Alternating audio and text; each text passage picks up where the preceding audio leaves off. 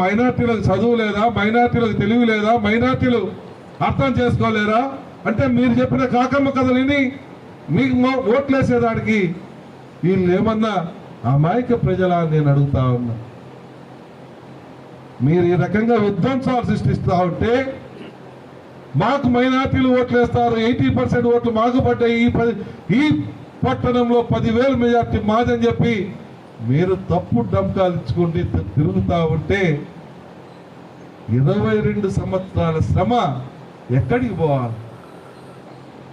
ఈ పట్టణంలో 10,000 మెజార్టీ నాకు రాకపోతే నా తల తీసి గౌడయాల స్తంభానికి ఆలగట్టుకుంటా. చేసింది నేను.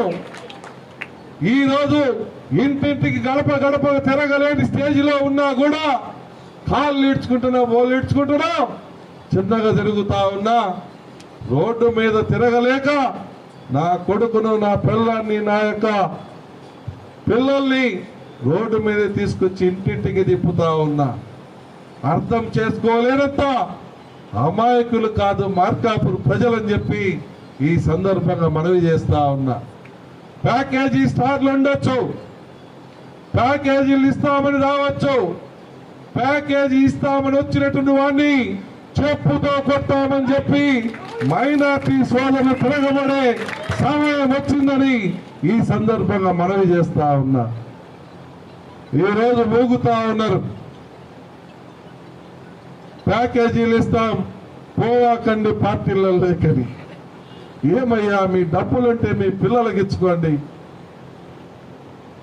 ప్యాకేజీలు ఇచ్చి 7 కొంపలు కూలుద్దామని మళ్ళా 5 సంవత్సరాలు మీ జగన్మోహన్ రెడ్డిని తీసుకొని వచ్చి మా నెత్తిన పెట్టి ఈ అమాయక ప్రజల కడుపులు కొట్టి కొంపలు కూలుద్దామని అనుకున్నారా? మేము రిజిస్టర్లు చేయించుకుంటే మా యొక్క రిజిస్టర్ కాగితాలు మీ ఇంట్లో పెట్టుకుంటారా? మా పొలాలకు మీ ఫోటోలు పెట్టుకుంటారా? ఏం మయ్యకు పుట్టినరా? మీరేమన్నా మయ్యకేమన్నా పుట్టినరా? మా ఫోటోలు, మా డబ్బులు పెట్టి మా ఆస్తులు మేము కొనుక్కుంటే మా ఆస్తుల కాగితాల మీద, పాస్ పుస్తకాల మీద మీ ఫోటోలు ఏందయ్యా? ఏంటి దరిద్రం మాకు?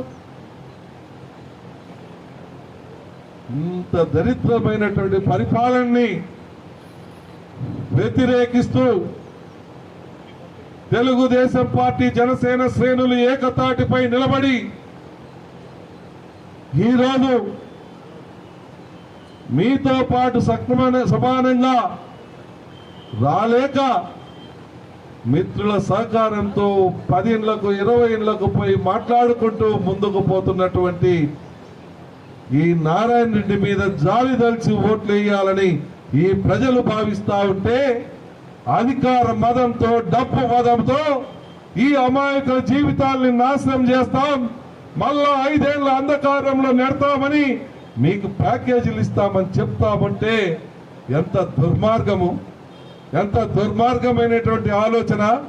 మార్కాపూర్ చరిత్రలో ఎప్పుడూ ప్యాకేజీలు లేని కొత్త ప్యాకేజీలు తెచ్చి ఈ మార్కాపురాన్ని చెడగొట్టాలని చెప్పి చూస్తా ఉన్నారంటే వాళ్ళ ఆలోచనల్ని ఏ రకంగా క్రూరమైనయో, ఏ రకంగా దుర్మార్గమైనయో, ఏ రకంగా నీచమైనయో అందరూ ఆలోచన చేయమని చెప్పి నేను చేతులు జోడించి వేడుకుంటా ఉన్నా.